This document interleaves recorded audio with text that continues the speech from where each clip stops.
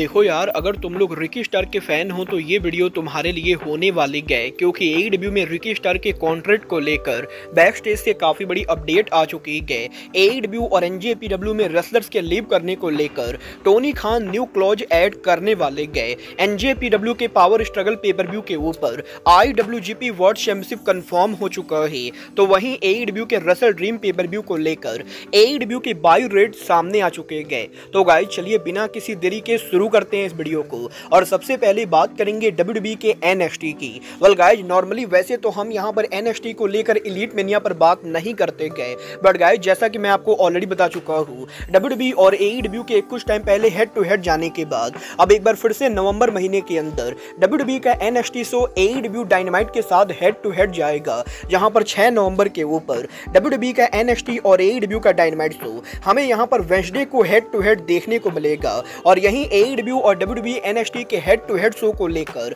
अब WWE ने काफी बड़ी अनाउंसमेंट कर दी गई। गाइस यहां पर वैसे तो नॉर्मली WWE का NXT show WWE performance centre के अंदर करते गए, बट 6 नवंबर को जब यहां पर NXT शो AEW के साथ हेड टू हेड जाएगा तो ये शो परफॉर्मेंस सेंटर में ना होकर बल्कि ECW अरीना के अंदर होने वाला है। गाइस यहां पर WWE ने ये ऑफिशियली अनाउंस कर दिया है कि ECW कंपनी के शट डाउन होने के बाद पहली बार वो यहां पर फेमस अरीना 2300 अरीना के अंदर उनका शो करेंगे। और वैसे तो नॉर्मली TNA और ROH जैसी कंपनी AEW के फाउंडेशन के पहले इस अरीना को यूज करती थी, बट अब यहां पर काफी सालों के बाद ये पहली बार होगा जब WWE कंपनी ECW अरीना के अंदर शो करने वाली है। और गाइस देखना दिलचस्प होने वाला है कि 6 नवंबर को जब यहां पर 2300 अरीना के अंदर WWE का NXT शो होता है और ये शो यहां पर AEW के साथ हेड टू हेड जाता है, तो गाइस AEW के डायनामाइट को बीट करने के लिए WWE कौन कौन से बड़े लेजेंड को शो के ऊपर लाती गए। बट गाइस चलिए फिलहाल आगे बढ़ते और बात करते हैं AEW के last pay per view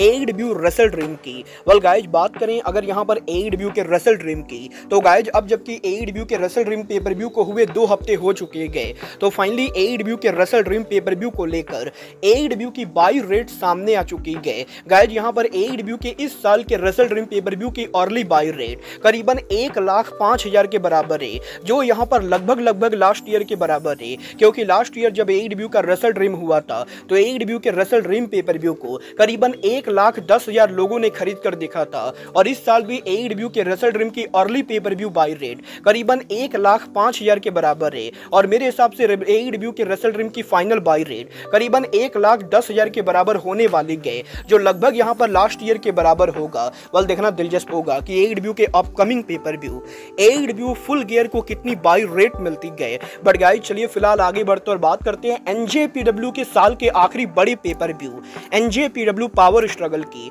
well guys NJPW के king of pro wrestling pay per view के ऊपर जैक सेब्रे जूनियर के brand new IWGP world champion बनने के बाद जैक सेब्रे जूनियर ने कल यहां पर रॉयल क्वेस्ट के ऊपर उनके टाइटल को पहली बार सनाडा के खिलाफ डिफेंड किया, और जैक सेब्रे ने टाइटल को नीट एंड क्लियर रिटेन किया। बट अब यहां पर NJPW के रॉयल क्वेस्ट के बाद जैक सेब्रे जूनियर का अगला टाइटल डिफेंस वो NJPW के साल के आखिरी बड़े पेपर व्यू पावर स्ट्रगल के ऊपर करने वाले गए। गाइस यहां पर NJPW ने ऑफिशियली कंफर्म कर दिया है कि अब से यहां पर करीबन 2 हफ्तों के अंदर जब 4 नवंबर को NJPW कंपनी उनके साल का आखिरी बड़ा पेपर व्यू पावर स्ट्रगल करेगी, तो पावर स्ट्रगल के मेन इवेंट के ऊपर जैक सेब्रे जूनियर उनका टाइटल सिंगो ताकागी के खिलाफ डिफेंड करेंगे। और 4 नवंबर को पावर स्ट्रगल के मेन इवेंट के ऊपर जैक सेब्रे जूनियर और सिंगो ताकागी के बीच में IWGP वर्ल्ड चैंपियनशिप होने वाला है। और गाइस देखना दिलचस्प होगा कि जैक सेब्रे के सिंगो को बीट करने के बाद अब टोक्यो डोम के अंदर जैक सेब्रे जूनियर का चैलेंजर कौन होता है।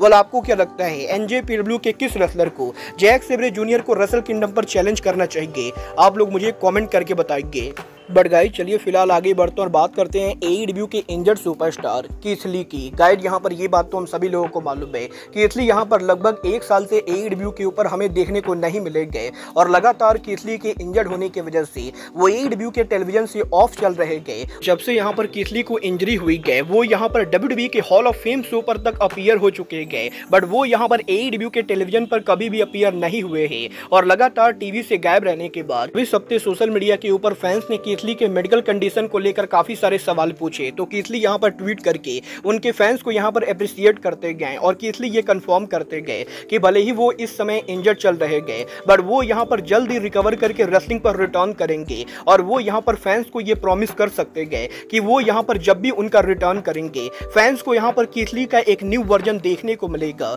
जो यहाँ पर कीथली का अब तक का बेस्ट वर्जन होगा और कीथली यहाँ पर उनके फैंस को काफी ज्यादा अप्रिशिएट करते गए। वेल देखना दिलचस्प होगा कि एग्जैक्टली यहाँ पर कीथली AEW के ऊपर उनका रिटर्न कब करते गए। बट गाइस जहां तक बात रही रिटर्न करने की तो गाइस ये बात तो हम सभी लोगों को मालूम है AEW के अंदर लास्ट ईयर रिकी स्टार्क के ब्रायन डेनियल्सन को वर्ल्ड इंड पेपर-व्यू पर फेस करने के बाद ही रिकी स्टार्क AEW के अंदर हमें देखने को नहीं मिले और लगभग यहाँ पर 10 महीनों तक AEW से गायब रहने के बाद अब इस चीज को लेकर लगातार रूमर चल रही है कि रिकी स्टार्क के कॉन्ट्रैक्ट के ओवर होने के बाद वो यहाँ पर 100% AEW को लीव करके WWE को ज्वाइन करेंगे और 99% लोग ये कंफर्म मान रहे हैं कि रिकी स्टार्क जल्द यहाँ पर NXT के ऊपर डेब्यू करेंगे और जैसा ही उनका कॉन्ट्रैक्ट ओवर होता ही वो यहाँ पर WWE पर मूव करने वाले गए। बट इस हफ्ते अब यहाँ पर फाइटफुल की तरफ से रिकी स्टार्क के कॉन्ट्रैक्ट को लेकर एक इंटरेस्टिंग अपडेट सामने आ रही है। गाइस यहाँ पर फाइटफुल सेलेक्ट का ये दावा करना है कि डेफिनेटली यहाँ पर रिकी स्टार्क के कॉन्ट्रैक्ट के ओवर होने के बाद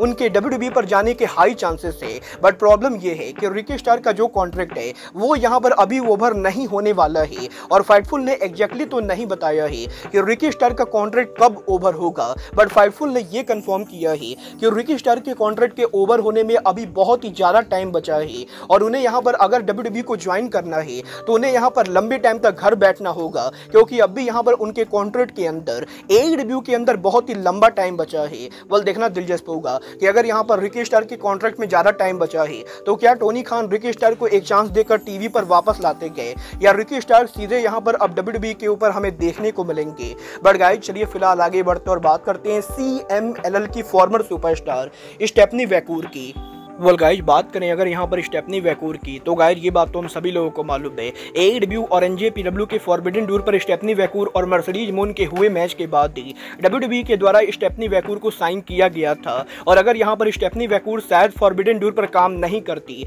तो कभी यहाँ पर WWE वैकूर को साइन भी नहीं करने वाली थी। बट गाइस स्टेफनी वैकूर वो पहली रेसलर रही गए जिसको AEW के टीवी पर देखकर WWE के द्वारा साइन किया गया क्योंकि गाइस स्टेफनी वैकूर के अलावा ड्रैगन ली भी एक ऐसा रेसलर जिसे WWE की मैनेजमेंट ने पहली बार AEW के टेलीविजन पर देखा था और वैकूर और ड्रैगन ली दोनों को AEW के शो पर देखने के बाद ही WWE के द्वारा यहां पर इन दोनों को साइन किया गया। और जैसा कि मैं पहले भी आपको काफी बार बता चुका हूं कि WWE और AEW की मैनेजमेंट 100% एक दूसरे के शो को फॉलो करते गए और इसी रीजन की वजह से काफी बार ये दोनों कंपनी एक दूसरे कंपनी के रेसलर्स को साइन करते गए। बट यहीं AEW के अंदर फॉरबिडन डोर पर वैकूर के काम करने के अगले दिन के बाद ही उनका यहाँ पर WWE को ज्वाइन करने के बाद AEW और NJPW कंपनी यहां पर एक साथ मिलकर एक बड़ा नया डिसीजन लेने वाले गए। गाइस यहां पर फाइटफुल ने कंफर्म किया है कि AEW और NJPW के मैनेजमेंट म्यूचुअल डिसीजन लेकर यहां पर ये प्लान कर रही है कि आगे से यहां पर AEW और NJPW के किसी भी शो के ऊपर अगर यहां पर कोई ऐसा रेसलर काम करता है जो रेसलर यहां पर AEW या NJPW के कॉन्ट्रैक्ट में नहीं गए तो AEW और NJPW ये मेक श्योर करेंगे कि वो रेसलर जब NJPW और AEW के शो पर काम करे तो उसे यहां पर AEW और NJPW को ये वर्ड देना पड़े कि वो शो पर काम करने के बाद इमीडिएटली यहां पर WWE को ज्वाइन नहीं करेगा। और बेसिकली AEW और NJPW ये नहीं चाहते गए कि कोई रेसलर यहां पर उनकी कंपनी से पॉपुलैरिटी लेकर WWE कंपनी को ज्वाइन करने का जरिया बनाए। और बेसिकली यहां पर वैकूर के AEW और NJPW में काम करने की वजह से अब जबकि वो WWE के अंदर है तो इसीलिए AEW और NJPW ने ये डिसीजन लिया है कि अगर यहां पर कोई भी नॉन कॉन्ट्रैक्टेड रेसलर AEW और NJPW के ज्वाइंट शो पर काम करता है तो उसे यहां पर ये मेक श्योर करना पड़ेगा कि वो यहां पर इस इवेंट पर काम करने के बाद इमीडिएटली यहां पर WWE को ज्वाइन नहीं करेगा, जो मेरे हिसाब से बिल्कुल ही फेयर डिसीजन है। और गाइस डेफिनेटली यहां पर NJPW और AEW कंपनी को ये मेक श्योर करना चाहिए कि वो यहां पर किसी ऐसे रेसलर को प्रमोट ना करे जो रेसलर यहां पर उनकी कंपनी पर फ्यूचर में काम नहीं करने वाला है। वाला आप यहां पर AEW और NJPW के डिसीजन से एग्री करते हो या नहीं, आप लोग मुझे कमेंट करके बताएंगे। बट गाइस अब आज के इस वीडियो में बस इतना ही, मैं मिलता हूं आपसे अपने अगले वीडियो पे। बट गाइस तब तक के लिए goodbye, good night and bang.